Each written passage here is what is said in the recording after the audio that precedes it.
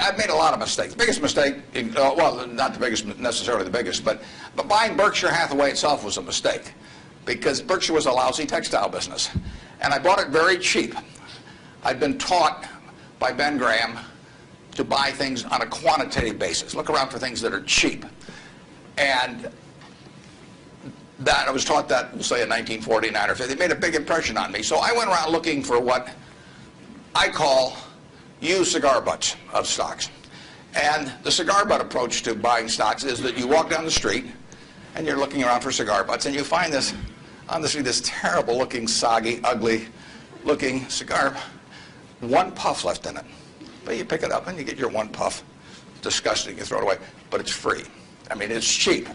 And then you look around for another soggy, one puff cigarette. Well, that's what I did for years.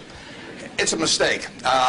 Although you can make money doing it, but you can't make it with big money. It's so much easier just to buy wonderful businesses. So now I would rather buy a wonderful business at a fair price than a fair business at a wonderful price. But in those days, I was buying cheap stocks. And Berkshire was selling below its working capital per share. You got the plants for nothing. You got the machinery for nothing.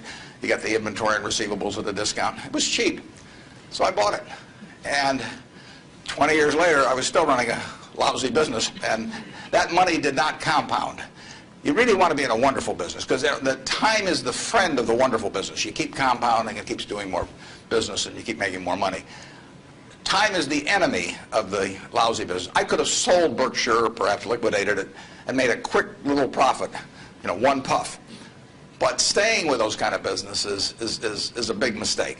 So you might say I learned something out of that mistake, and I would have been way better off taking what I did with Berkshire is I kept buying better businesses. I started an insurance business, See's Candy, the Buffalo, all kinds of things. I would have been way better doing that with a brand new little entity that I'd set up rather than using Berkshire as the platform. Now I've had a lot of fun out of it.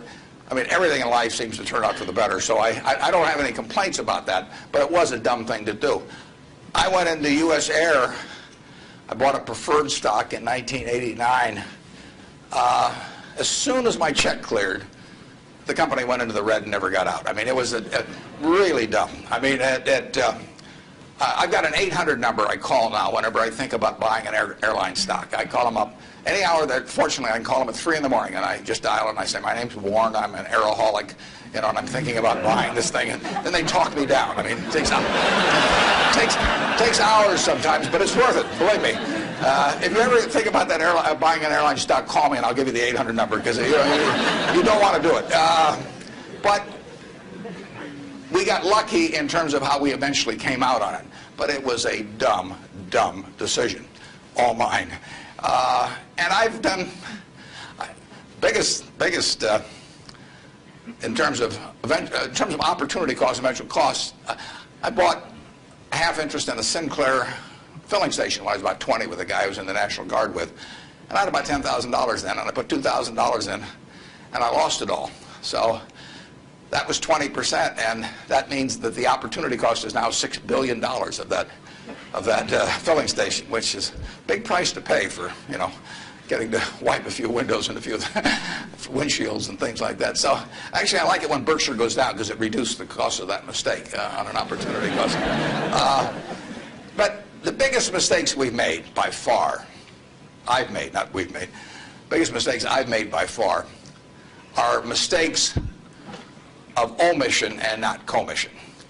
I mean, it's the things I knew enough to do, they were within my circle of competence, and I was sucking my thumb. And that is really, those are the ones that hurt. They don't show up anyplace. I probably cost Berkshire at least $5 billion, for example, by sucking my thumb 20 years ago or close to it when Fannie Mae was having some troubles, and we could have bought the whole company for practically nothing. And I don't worry about that if it's Microsoft because I don't know it. Microsoft isn't in my circle of competence. And so I don't have any reason to think I'm entitled to make money out of Microsoft or out of cocoa beans or whatever. But I did know enough to understand Fannie Mae, and I blew it. And that never shows up under conventional accounting. But I know the cost of it. I passed it up. And those are the big mistakes. And I've had plenty of them.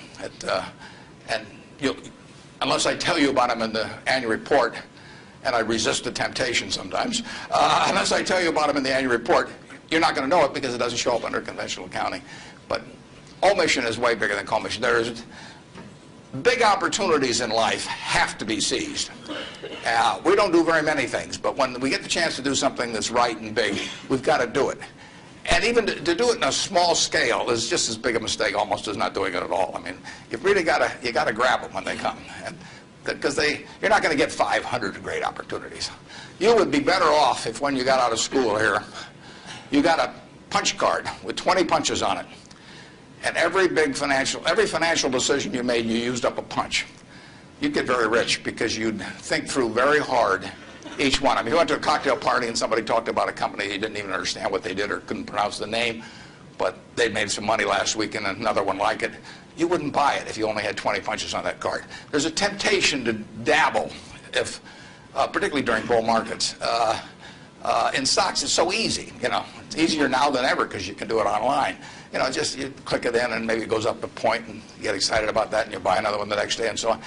You can't make any money over time doing that. But if you had a punch card with only 20 punches, you weren't going to get another one the rest of your life. You would think a long time before every investment decision, and you would make good ones and you'd make big ones. And you probably wouldn't even use all 20 punches in your lifetime, but you wouldn't need to.